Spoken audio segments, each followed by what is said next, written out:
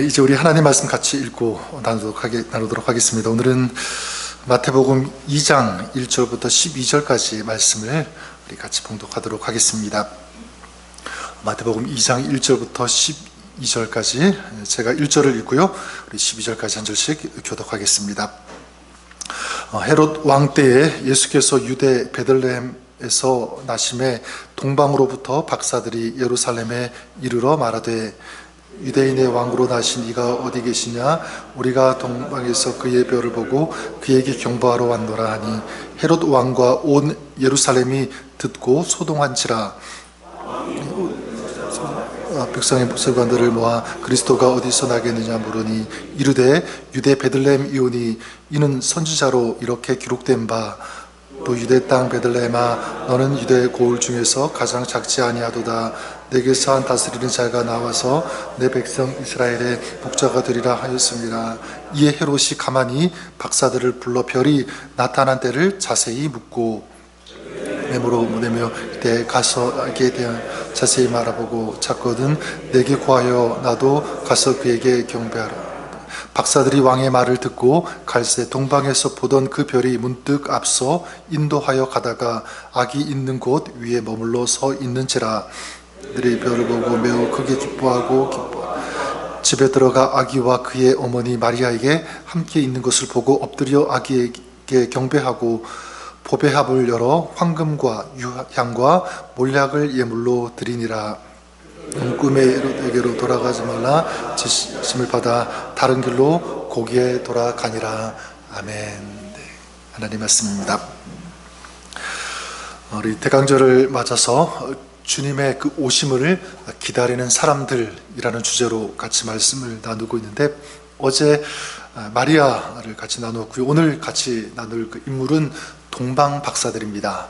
동방 박사들. 사실 이 동방 박사들, 동방으로부터 온 이 박사들이라고 하지만 이들이 정확히 누구인지는 잘 알 수가 없습니다. 마고이, 점쟁이, 그래서 예언자, 점성술사 이렇게도 얘기할 수가 있는데 이건 정확하지가 않습니다. 그냥 동방 박사 이렇게 추측만 할 뿐이고요. 그리고 정확히 이 사람들이 어디서 온 사람들인지도 명확하지 않습니다. 그냥 동방 박사, 동방에서부터 왔다고 했으니까 이스라엘의 동편, 그러니까 페르시아, 지금의 이란 어디가 아닐까라고 추측할 뿐이죠. 그리고 이 사람들이 우리가 알고 있는 것처럼 동방 박사 보통 몇 사람이라고 우리가 보통 얘기하죠? 3명. 자, 이렇게 얘기하는데 이것도 정확하지가 않습니다. 정확히 3사람이 이 베들레헴에 왔다라고 성경은 우리에게 말씀하고 있지 않습니다. 어떤 전설에 의하면 3사람이 아니라 4사람이다라고 이렇게 얘기하는 그런 전설도 있고요. 그리고 다만 예수님께 이 사람들이 드린 예물이 몇 가지죠? 3가지이기 때문에 3명이 오지 않았겠는가, 그렇게 추측할 뿐입니다. 자, 이렇게 동방 박사들이 누구인지는 정확히 알 수가 없고요. 또 어디서 온지도 모르고, 또 그리고 몇 명이 왔는지도 물론 정확하지 않습니다. 하지만 분명히 알 수 있는 그것은 무엇이냐면 이 사람들, 이 동방 박사들은 예수님의 이 탄생을 직접 경험했다. 그리고 예수님의 그 오심을 그들이 직접 목격하고 그 오신 예수님을 만났다는 그런 사실입니다. 수많은 사람들, 또 동방 박사들 뿐만 아니라 수많은 연구하는 그런 박사들이 있었을 텐데, 그런데 누구도 모르는 이 예수님의 탄생을 알고, 그리고 이 땅에 오신 이 아기 예수님을 만나는 축복을 그들이 경험했다는 사실입니다. 자, 그런데 여러분, 이 특이한 것은 무엇이냐면 이 동방 박사들이 이 별을 따라서 이제 예루살렘에 오게 되죠. 2절에 보니까 유대인으로 왕으로 오신 이가 어디 계시냐? 우리가 동방에서 그의 별을 보고 그에게 경배하러 왔노라. 자, 이렇게 외치니까 그 다음 어떤 일이 펼쳐지게 되냐면 헤롯 왕과 그리고 그 예루살렘 가운데 엄청난 일이 이제 벌어지게 되는데, 자, 그것이 3절 말씀인데 우리 3절 말씀을 다시 한번 같이 읽도록 하겠습니다. 3절입니다. 자, 헤롯 왕과 온 예루살렘이 듣고 소동한지라. 자, 헤롯 왕과 예루살렘이 듣고 어떻게 되었다고요? 소동했다. 이 소동한다는 말, 이 타라소로가 하는 그런 단어를 사용하는데 혼란케 되다, 어지럽게 되다, 그리고 당황스럽게 되다라고 하는 그런 뜻이 있습니다. 자, 그러니까 무슨 의미냐면 헤롯 왕과 이 예루살렘이 지금 아기 예수님, 유대인의 왕이 태어나셨다는 그 소식을 듣자마자 지금 어떻게 된 거죠? 소동하기 시작했다라는 사실입니다. 엄청나게 진동이 일어났다는 거죠. 저는 이것을 단순히 그냥 예루살렘이, 그리고 헤롯이 그냥 마음이 좀 어떻게 되었다, 이 정도가 아니라 영적으로 볼 때, 즉 영적으로 이것은요, 사단의 진이, 그리고 어둠의 세력이 흔들리는 어떤 그런 역사라고 볼 수가 있습니다. 자, 왜냐하면 그럴 수밖에 없죠. 길이요 진리요 생명 되시는 예수님께서 이 땅 가운데 오셨기 때문에, 그리고 이 평강의 왕으로 오셨기 때문에, 그러니까 세상에 이 거짓된 것, 이 사망, 이 어둠의 세력은 이 길과 진리가 생명이 되시는 예수님, 평강으로 오신 그 예수님, 그 소식을 들으면 떨 수밖에 없는 거예요. 흔들릴 수밖에 없다는 사실입니다. 자, 그렇기 때문에 우리 성탄은요, 그냥 분위기로, 느낌으로, 이벤트로 지내는 그런 시간이, 그런 절기가 절대로 아닙니다. 이 성탄의 사건은 이 어둠의 이 세력이 벌벌 떨게 되는, 당황하게 되는, 그리고 그들의 그 힘과 그 세력이 완전히 무력화되는 이런 영적인 엄청난 혁명과 같은 그런 사건이 바로 저는 성탄절인 줄 믿습니다. 우리가 그런 시간을 지금 보내고 있는 거죠. 너무나 중요한 시간. 그래 여러분, 예수님의 이 탄생이 이 세상을 소동케 했다면, 그리고 특별히 이 동방 박사들이 와서 아기 예수님을 경배하러 왔다고 하는 그 소식을 듣고 이 헤롯과 그리고 이 예루살렘이 소동케 되었다면, 우리 예수님을 모시고 살아가는 우리 그리스도인들에게도 저는 이러한 일이 있어야 된다고 믿습니다. 어떤 일이 있어야 됩니까? 세상이 소동하게 되는 이런 일, 이런 역사가 누구로 말미암아 예수님을 믿는 따르는 저와 여러분, 우리를 통하여도 좀 그런 엄청난 이 영적인 이 사건이 일어나야 된다고 믿습니다. 자, 그런데 우리가 보통 보면 많은 경우에, 다 그렇지는 않지만 반대가 되는 그런 경우가 참 많이 있음을 보게 됩니다. 굉장히 안타까운 일이에요. 우리가 세상을 진동시키고 세상을 흔드는 그런 사람, 그런 존재, 그런 교회가 되어야 되는데, 많은 경우에 보면 오히려 세상 때문에 누가 흔들립니까? 믿음의 사람들이 흔들리는, 소동케 되는, 당황하게 되는 그런 일들 보게 되죠. 심지어는 교회들도 마찬가지입니다. 세상이 교회를 뒤흔드는, 그래서 막 어쩔 줄 모르는 어떤 그런 모습들, 이런 안타까운 모습들이 우리 주변에 일어난다고 하는 사실입니다. 여러분, 우리가 정말 제대로 주님을 믿는다면, 우리가 정말 하나님의 사람이라고 한다면 그런 일 있어야 되겠습니까? 아니요, 절대로 있으면 안 되죠.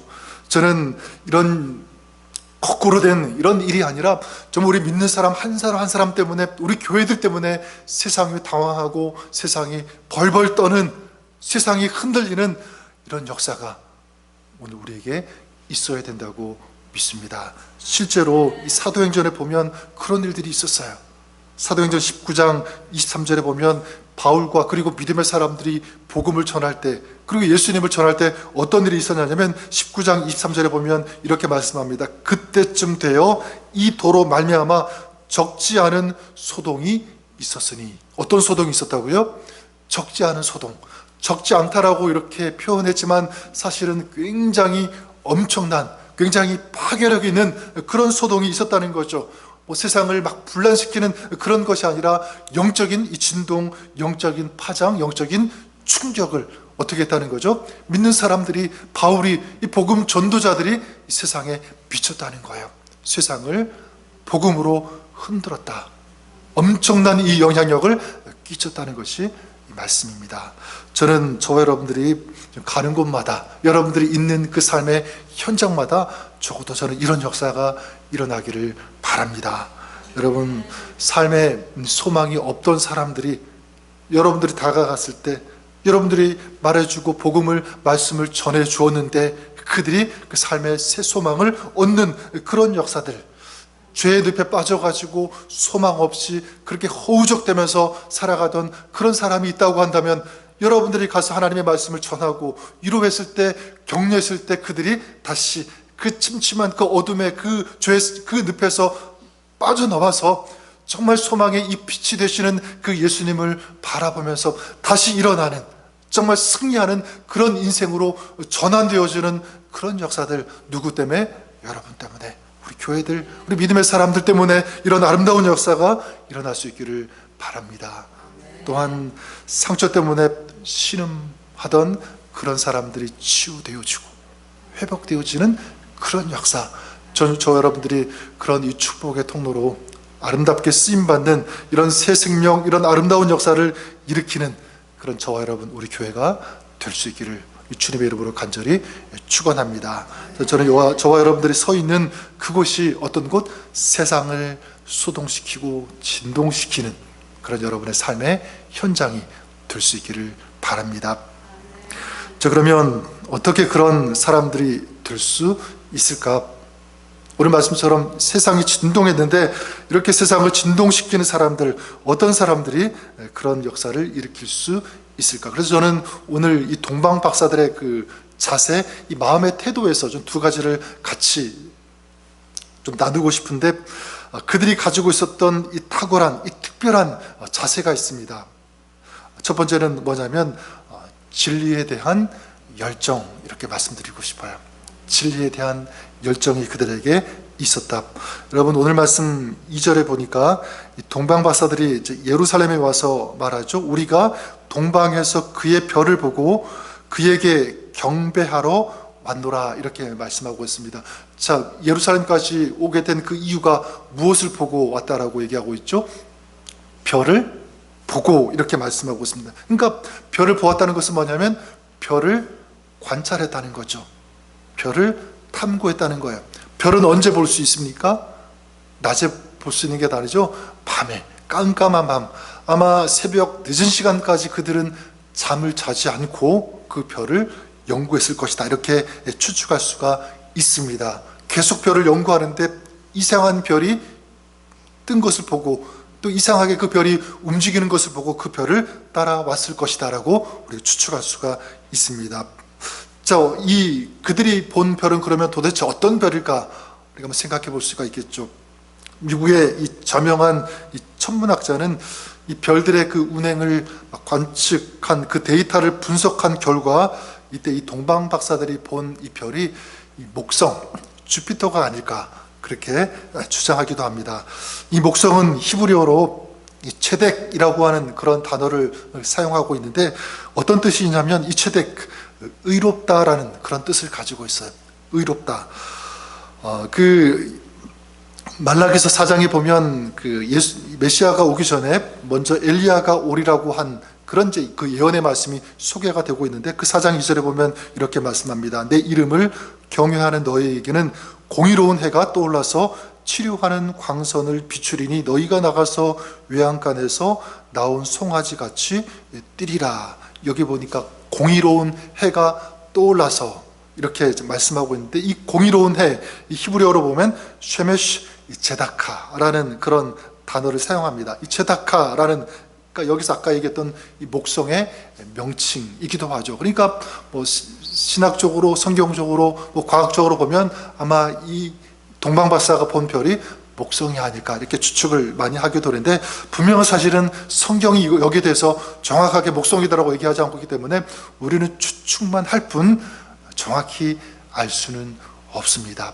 어쨌든 분명한 사실은 하나님께서 그들에게 이 별을 보여주셨고, 그들이 그 별을 보고 인도했다. 전적인 하나님의 인도하심을 따라서, 이 하나님의 방법을 따라서 그들이 예루살렘까지, 그리고 마지막 최종지인 이 베들레헴까지 왔다는 사실을 우리는 알 수가 있습니다. 자, 어쨌든 이 박사들은 이 별을 따라서 예루살렘에 왔고요. 거기에서 그리스도가 이 베들레헴에서 나신다는 그 사실을 알았습니다. 그 다음 이제 어떻게 하냐면 9절에 보니까 이렇게 말씀하죠. 박사들이 왕의 말을 듣고 갈새 동방에서 보던 그 별이 문득 앞서 인도하여 가다가 악이 있는 곳 위에 머물러 서 있는지라. 자, 그러니까 결국 이들이 그 별을 따라서 어디까지 온 것입니까? 예수님이 태어나신 그 장소까지 오게 된 거죠. 그러니까 성경은 그냥 표면적으로 그들이 별을 따라왔다 이렇게 얘기하고 있지만 우리가 상상하고 추측할 수 있는 것은 뭐냐면 이 동방 박사들은 별을 따라서 오랜 기간 동안 여러 가지 막 그냥 힘든 그런 순간도 있었겠죠. 그럼에도 불구하고 포기하지 않고 끝까지 그리고 집중해서 이 별을 보고 별을 따라서 여기까지 왔다는 사실을 우리는 알 수가 있습니다. 결국 이들은 별을 놓치지 않았고요. 그랬을 때 집중했을 때 그 별을 따라봤을 때 예수님을 만나는 그리고 예수님을 경험하는 이런 영적인 축복을 그들은 누렸다고 저는 믿습니다. 저는 이 동방 박사들이 가지고 있었던 이 별에 대한 이 열정, 끝까지 포기하지 않고 집중해서 이 별을 따라봤던, 그래서 예수님을 만났던 이 열정이 우리에게도, 여러분들에게도 있기를 주님의 이름으로 간절히 축원합니다. 어떤 열정이냐면 그래요, 진리에 대한 열정입니다. 진리에 대한 열정. 진리는 예수님 아니니까 우리도 그런 열정 가지고 있어야 되겠죠. 나는 진리 대신 예수님을 만나고 싶습니다. 삶 속에서 그 주님의 그 역사, 그 주님의 동행하심을 나는 느끼고 싶습니다. 진리가 되시는 그 주님을 나는 더 많이 알고 싶습니다라고 하는 이 열정이죠. 그리고 진리되는 이 하나님의 말씀을 나는 더 깊이 알고 경험하고 그 이 말씀의 능력을 내 삶 속에서 누리면서 체험하면서 경험하면서 살고 싶습니다. 이 뜨거움, 이 사모함, 이 열정이 여러분의 것이 될 수 있기를 주님의 이름으로 간절히 축원합니다. 여러분 10절에 보면 이 동방 박사들이 예수님이 있는 곳에 도착했을 때 어떤 반응입니까? 기뻐하고 또 어떻게 해요? 기뻐했더라 이렇게 말씀하고 있어요.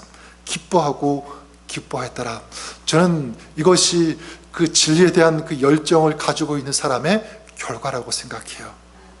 정말 그 열정을 가지고 주님을 찾아왔을 때 주님을 만났잖아요. 만남으로 말미암아 그들이 기뻐하는, 그냥 기뻐한 것이 아니라 기뻐하고 또 기뻐하는 엄청난 기쁨이죠. 환희와 감격이라고 할 수 있는데 저는 우리에게도 동일하게 적용이 된다고 믿습니다. 우리가 이 진리에 대한, 예수님에 대한, 이 말씀에 대한 사모함, 이 열정, 이 뜨거움을 가지고 포기하지 않고 믿음으로 달려가면 우리 가운데도 어떤 역사가 있냐면 주님께서 우리에게 주시는 영적인 기쁨, 이 영적인 감격과 환희와 이 능력을 체험하는 이 놀라운 역사를 주님께서 그 사람에게, 우리에게 허락해 주신다고 믿습니다. 이것이 여러분의 축복, 또 여러분의 영적인 기쁨이 될 수 있기를 주님의 이름으로 축복합니다. 둘째로 이 동방 박사들에게서 이 발견하는 특별함은 무엇이냐면 예배에 대한 헌신이라고 말씀드리고 싶어요. 예배에 대한 헌신. 2절을 다시 보면 이 박사들이 예루살렘 사람들에게 이 자신들이 온 목적을 얘기하죠. 뭐라고 얘기하냐면 유대인의 왕으로 나신 이가 어디 계시냐? 우리가 동방에서 그의 별을 보고 그에게 뭐하러 왔노라? 경배하러 왔노라 이렇게 말씀합니다. 그들의 그 최종적인 이 베들레헴까지 오게 된 그 목적이 뭐라는 것을 알 수가 있죠. 경배하러. 누구를요? 예수님을, 유대인의 왕으로 태어나신 예수님을 경배하러, 예배하러 왔다라고 분명하게 그들은 선포하고 있습니다. 여러분, 사실 유대인의 왕으로 태어나신 이에게 경배한다는 것은요, 이건 그냥 고백이 아니라 자기의 목숨을 담보로 내어놓고 목숨을 걸고 하는 얘기라고 볼 수가 있습니다. 지금 이 유대인의 그 왕이 누구입니까? 헤롯이에요.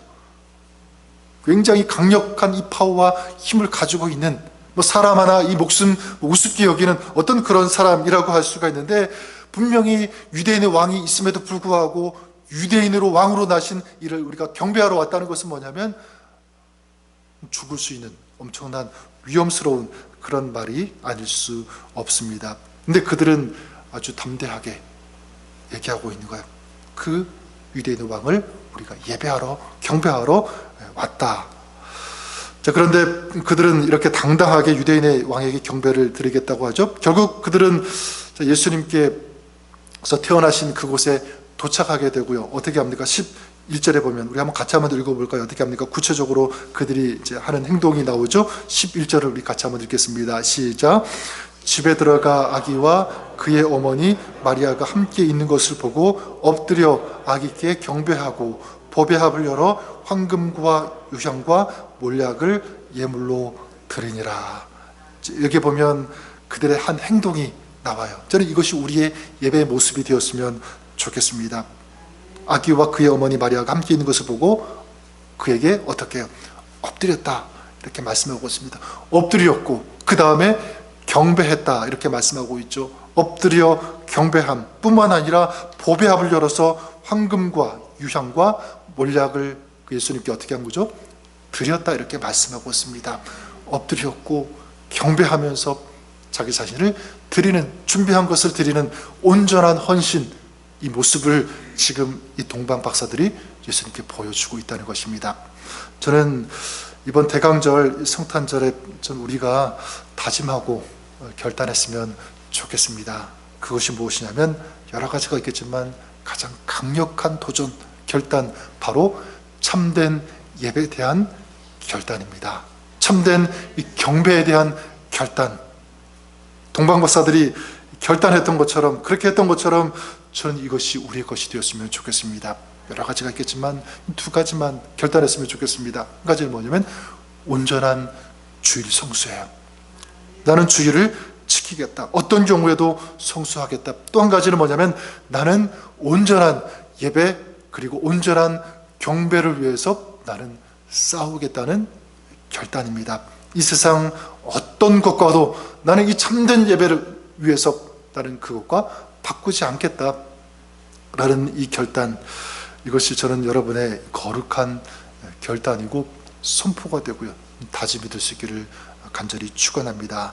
저는 그런 사람에게 오늘 이 동방 박사들이 주님을 만났던 것처럼 우리의 삶에도 이것을 결단하고 나아갈 때 주님은 우리를 만나주시고 우리 가운데 이 하늘의 놀라운 은혜와 축복을 더해 주시는 줄 믿습니다. 오늘 말씀 나누던 것처럼 두 가지죠. 저는 이 동방 박사들이 가졌던 이 진리에 대한 열정, 뜨거움, 이것이 우리 안에 다시 한번 회복되기를 바라고, 또 한 가지는 이 참된 예배를 드리겠다는 이 결단으로 살아가기를 정말 주의 이름으로 간절히 축원합니다. 그래서 우리 주님의 임재, 주님의 축복, 그리고 주님의 은혜를, 이런 진리에 대한, 이 예배에 대한 뜨거운 소망과 결단을 가지고 살아가는 여러분 마음에, 여러분의 신앙생활, 여러분의 가정 가운데 우리 주님께서 오늘도 충만히 풍성하게 가득 좀 부어주실 것을 믿습니다. 이런 기쁨, 이런 은혜가 있는 우리 대강절, 우리 성탄절이 되시기를 다시 한번 우리 주님의 이름으로 축복합니다. 기도하겠습니다. 하나님 아버지, 주님의 오심을 기다리는 사람들, 이 동방 박사들을 통하여 우리가 두 가지를 도전받습니다. 하나님, 우리 안에도 이 진리에 대한, 진리가 되시는 예수님과 진리 되시는 말씀에 대한 사모함과 이 열정이, 이 뜨거움이 우리 안에 다시 뜨겁게 회복되게 하여 주시옵소서. 주님을 경배하며 예배하겠다는 어떤 순간에도 그 예배와 다른 것을 바꾸지 않겠다는 이 거룩한 다짐과 이 결단이, 또한 우리의 결단이 되게 하여 주시옵소서. 우리를 위해 이 땅에 오신 그 주님을 생각하면서, 묵상하면서, 또 감사하면서 이제 우리의 것을 주님께 올려드릴 수 있는, 또 경배할 수 있는 이런 믿음의 삶, 예배의 삶을 살아가는 오늘 저희들 되게 하여 주시옵소서. 감사드리며 예수님의 이름으로 기도드립니다. 아멘.